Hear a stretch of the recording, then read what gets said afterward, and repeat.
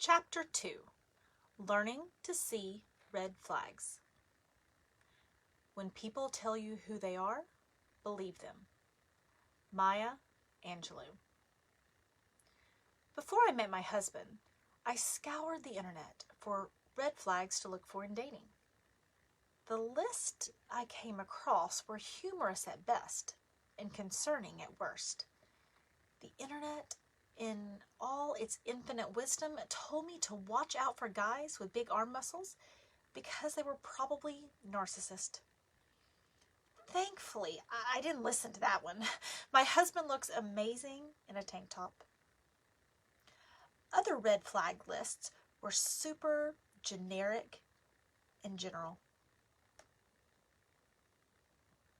They included items such as watch out for controlling behavior, watch out for someone who lies, watch out for someone who flirts with people at work, watch out for someone who mistreats his mother, and watch out for someone who thinks pineapple doesn't belong on pizza.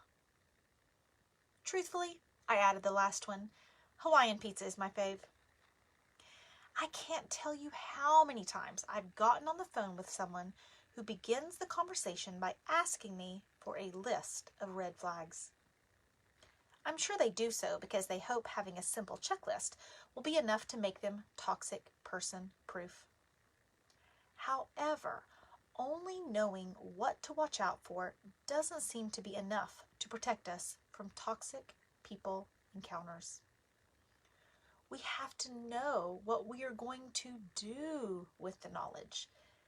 I would bet you an extra large Hawaiian pizza that if I lined up a group of 13-year-old girls and went through a list of red flags with them, they would know which issues should warrant concern. Raise your hand if you want a friend who lies. No takers? Got it. Okay then, raise your hand if you want to work for a controlling boss. Who wants a boyfriend with a string of ex-girlfriends who hate his guts and refer to him as a narcissist? No one? Okay, who hopes their future spouse likes to flirt with other people? Anyone looking for a roommate who can't seem to hold on to a job? 13-year-old girls would easily recognize these issues as problematic. But would anyone be willing to bet that if this same group of girls answered these questions immediately after turning 13, they'd go on to be toxic person proof at 33? I certainly wouldn't make that bet. Just because these girls could recognize red flags once upon a time does not mean they are going to know how to protect themselves against relationships with red flags down the road. There is unfortunately a huge disconnect between what we know and what we do. People don't need a PhD in psychology to recognize red flags, yet great people keep having toxic person encounters. Companies hire people based on charisma while ignoring holes in their resume. Men and women keep thinking that if only they become successful enough, they can finally make a toxic parent happy. Successful men fall for female leeches who are looking to avoid any and all responsibility in their lives and draw people in with their sob stories. Smart women can't seem to accept how predictably unpredictable their boyfriend is, so they ignore the warnings of their friends. The problem isn't that we don't know what the red flags are. The problem is that we don't want the red flags to exist, so we pretend they don't. We talk ourselves out of the red flags we see. Our brains are tricky suckers, and they try to conserve energy. That's why it's easier to sit down than stand up. Easier to fall into worry than practice problem solving. And it's the same reason why many of us avoid change like the plague and avoid taking action like it's a night without Netflix. It's the reason why it's easier to eat Nutella straight out of the jar than to chop and roast carrots. Our brain likes to keep things easy. It likes to compartmentalize. Our brain works against us in 5 main ways. 1, Our brains like to tell us if there was really a problem, if they were really toxic, we'd see it. Number 2, our brains tell us that if we can convince ourselves there is no problem, then the problem will go away. 3, our brains hide the things we don't want to see. 4, our brains tell us we can fix the problem with enough work. 5, our brains tell us that we ourselves are the problem. We ourselves are the toxic one. And it's easier to change ourselves than to change someone else. So if we can convince ourselves that we are the problem, we can also convince ourselves that we are the solution. Toxic people know how our brains work, and they love this. Love it, as in love it. It ensures that we do the work of the relationship while they reap the rewards. It's also a way that toxic people dangle hope in front of others. The recipient keeps hoping things will get better if he or she can figure out what they need to change about themselves.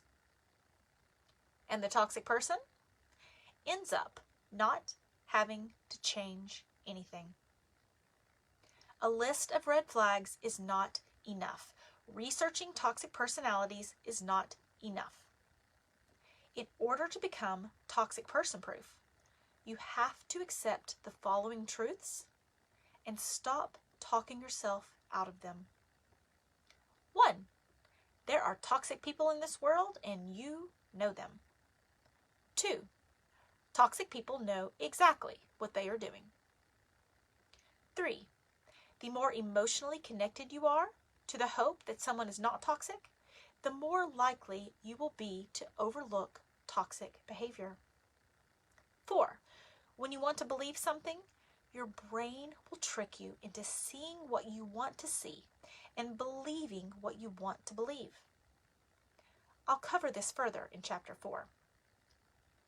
5, the safest way to keep away from toxic people is to be on the lookout for them. Let's break it down, shall we? Point 1, there are toxic people.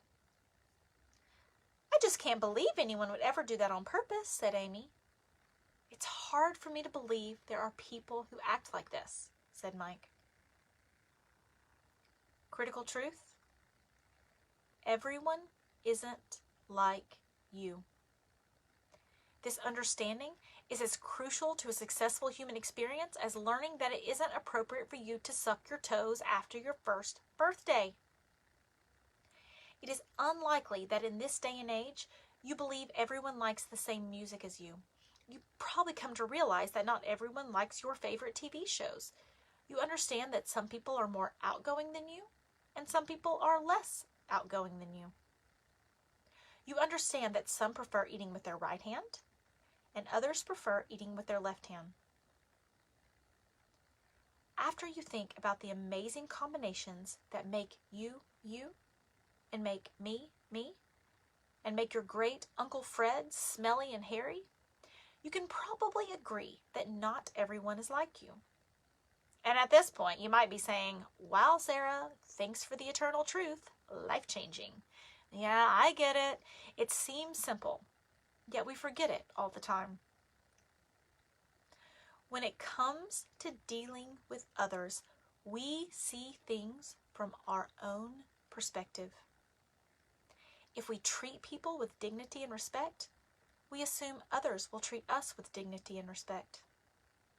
If we strive to do our best, we assume others want to do and be their best. If we don't try to gain the upper hand over others in our conversations, we assume others aren't trying to gain the upper hand over us. If we don't regularly manipulate and lie to get our way, we are less likely to look for others who manipulate and lie to get their way. If we wouldn't destroy someone else's reputation just because we didn't get our way, we aren't likely to assume anyone else would either. If we don't think we deserve to always win, we aren't as likely to realize that someone else is always getting the better end of the deal in our relationships. If we are willing to take turns, we're not as likely to catch on that it's always someone else's turn. If we wouldn't cheat on the business that supports us or cheat on the man who loves us, we assume others aren't happily having their own cake and eating it too. Everyone isn't like you, nor is everyone like me. The more likely we are to see the best in people, the less likely we are to see the worst in people. Becoming toxic person-proof is about finding a balance.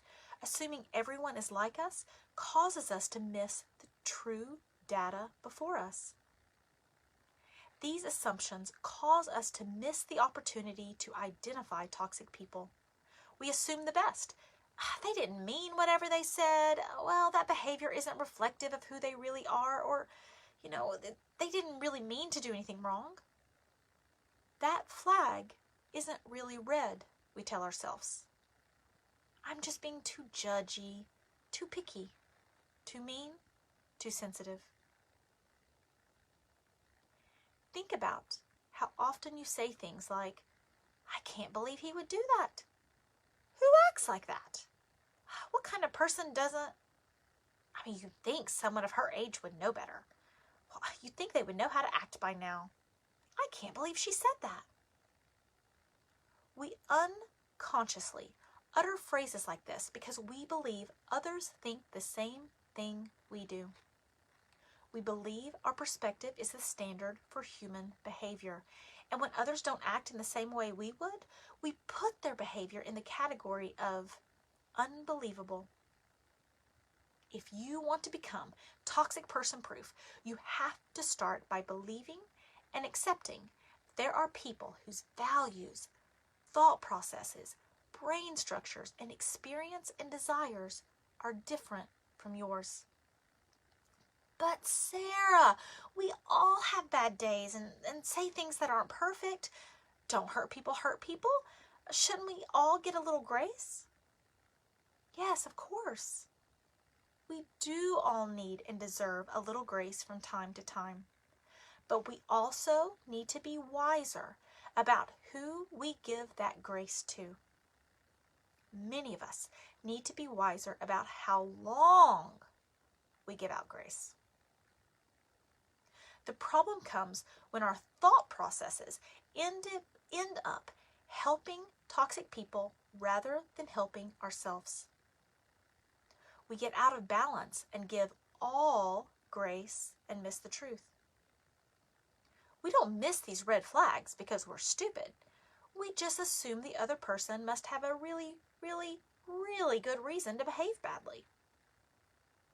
If we would never be toxic on purpose, they must not be doing it on purpose either. We see from our own perspective and miss what they are doing. Unfortunately, our attention shifts to the reason behind their bad behavior rather than focusing on the truth of their bad behavior.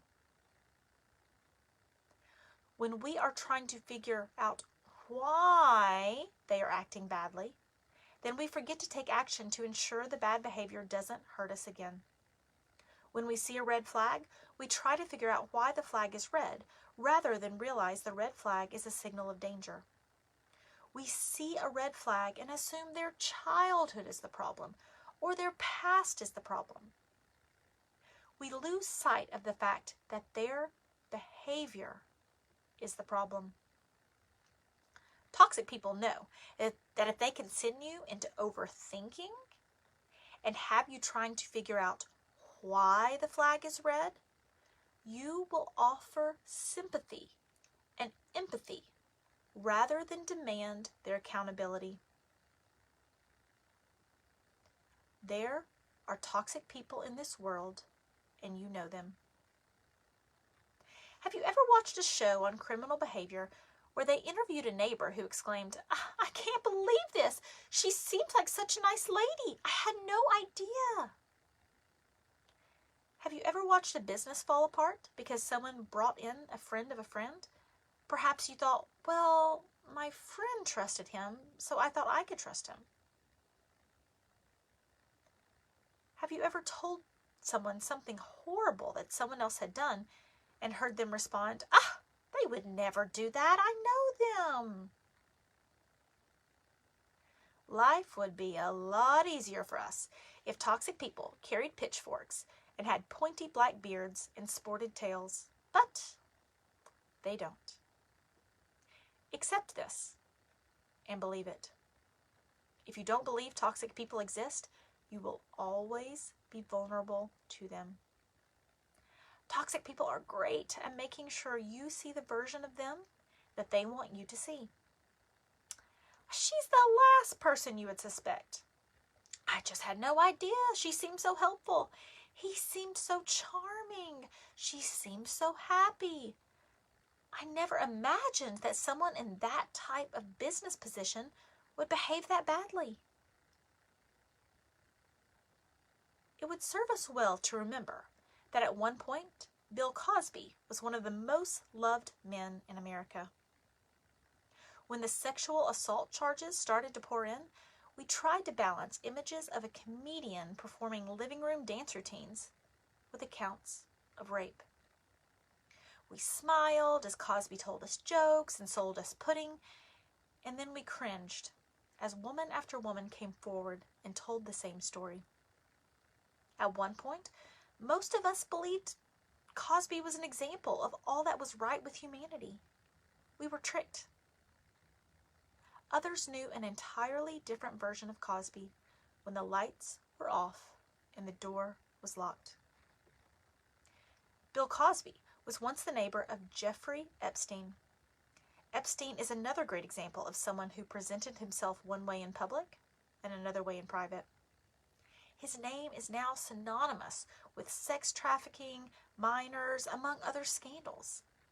However, his name used to be connected with success and power, with close associations with multiple presidents, Stephen Hawking and Prince Andrew of the British royal family.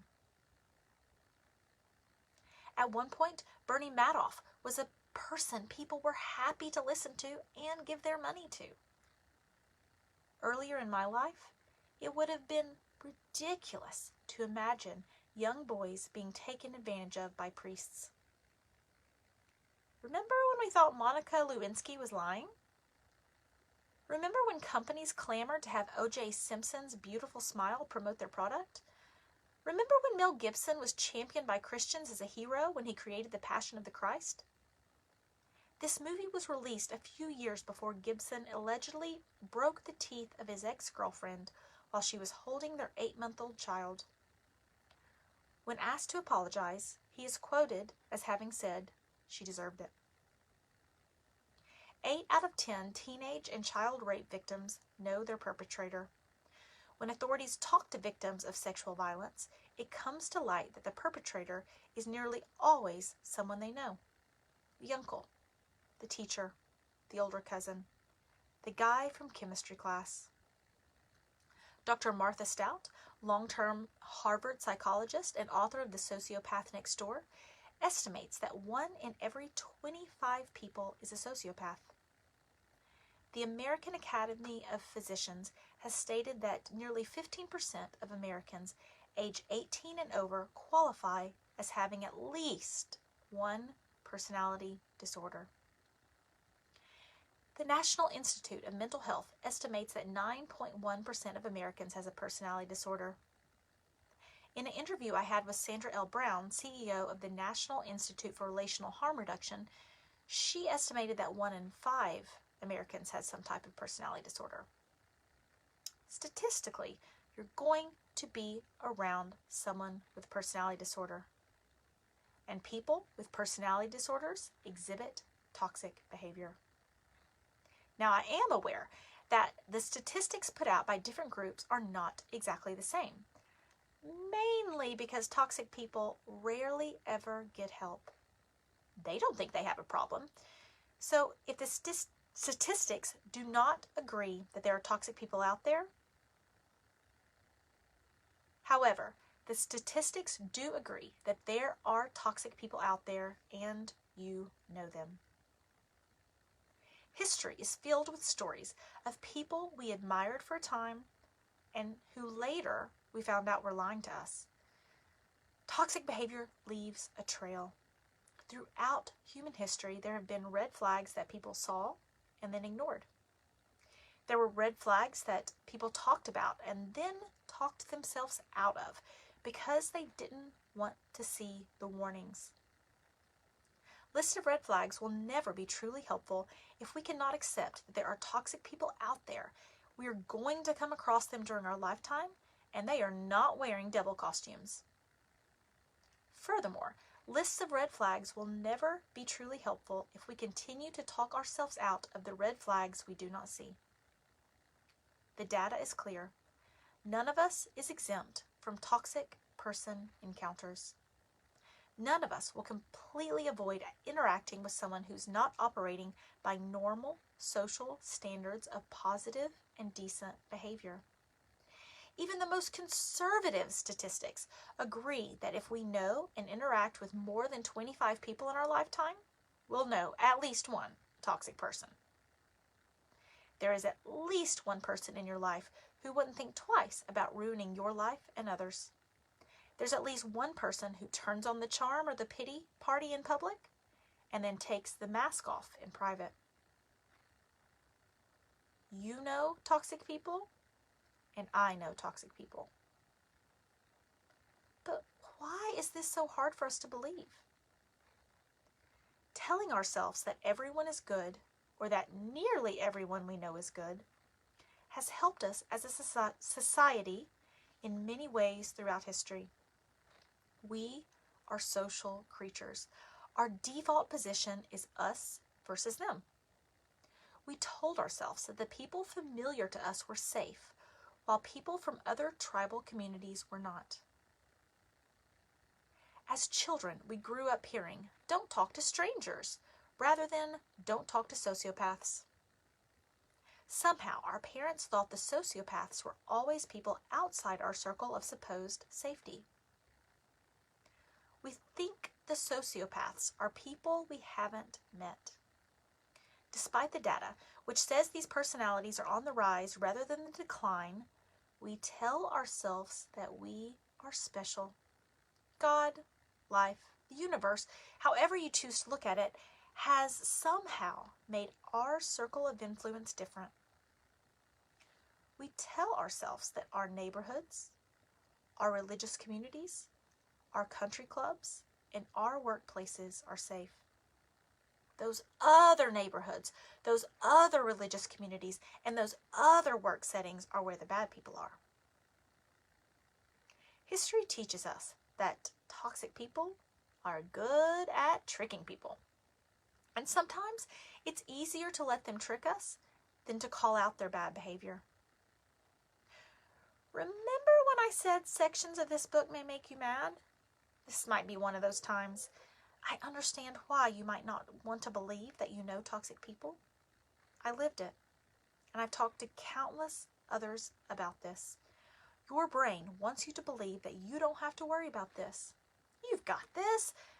Remember, your brain wants to save energy and doesn't want to be bothered with having to filter through people's personalities in order to stay safe.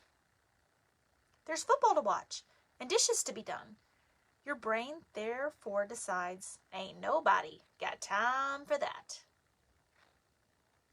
When we break down our thoughts in this way and compare them to the data regarding how many toxic people live among us, we can more easily see how ridiculous and dangerous our thinking is. Unfortunately, however, we usually operate from our default approach. The default approach is more helpful to toxic people than it is to us, because it ignores the fact that at least 1 out of every 10 people you know has traits of a toxic personality. Statistically, we all know and interact with toxic people on a regular basis. Did you hear that? All of us. That means you too. Stop that voice in your head that's trying to excuse yourself as the exception to the rule. I have played that game before, and it is a ridiculous game with horrible results. And it actually makes you more susceptible to toxic people's manipulation. Are they really everywhere? We serial killers are your sons, your husbands. We are everywhere. A quote by Ted Bundy. Ted Bundy and other serial killers are way outside the scope of the toxic people most of us deal with on a regular basis. But toxic people don't have to be serial killers to harm us, physically, psychologically, emotionally, socially, or financially. The point Bundy makes is, there are toxic people out there and you know them. Toxic people are really good at operating among us. There is no toxic person watch list for non-violent and non-criminal behavior. This is what makes this process difficult and why it is so important to become toxic person proof. For example, Sean meets Kara on an online dating app. He seems nice and makes a great first impression. Kara can't look up a news story or criminal record to see that he's fathered 4 children with 3 different women and has cheated on every single one of those women. And in fact, he calls all 3 of them crazy for being upset by his bad behavior. He does tell Kara about the one time his wife threw him out of the house for being a little late.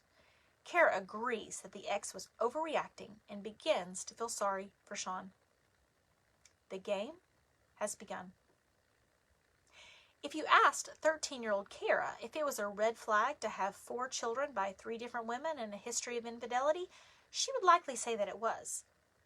But this is older Kara, the Kara that really wants this date to work out. And Sean is a master manipulator.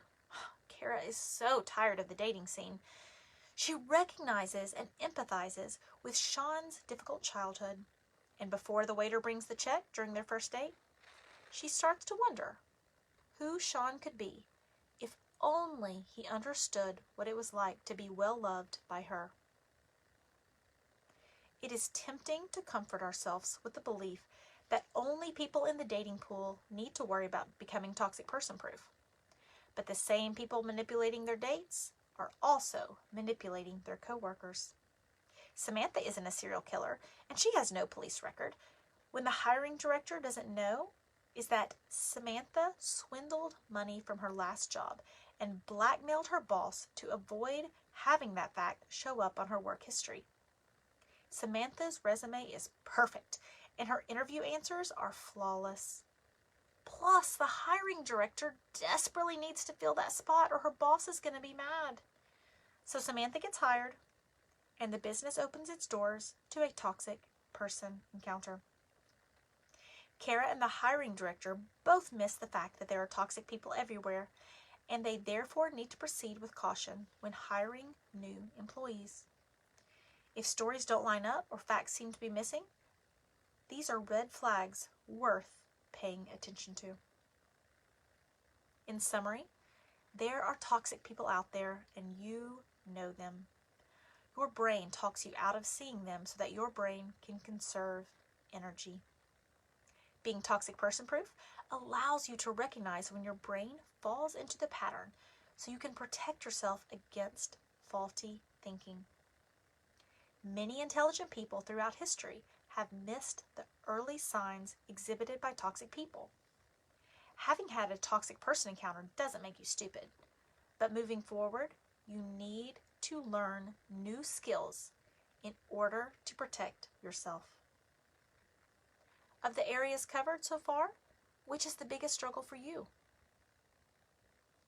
Do you tell yourself there aren't really toxic people out there in the world? Do you tell yourself you are the exception to the rule and the people around you are all safe? Do you tell yourself that certain people don't mean to act the way they act? Do you tell yourself that with a little love and help from you, certain people will want to behave better? Give yourself the gift of 10 minutes to really reflect on what areas you need to strengthen in order to become toxic person proof.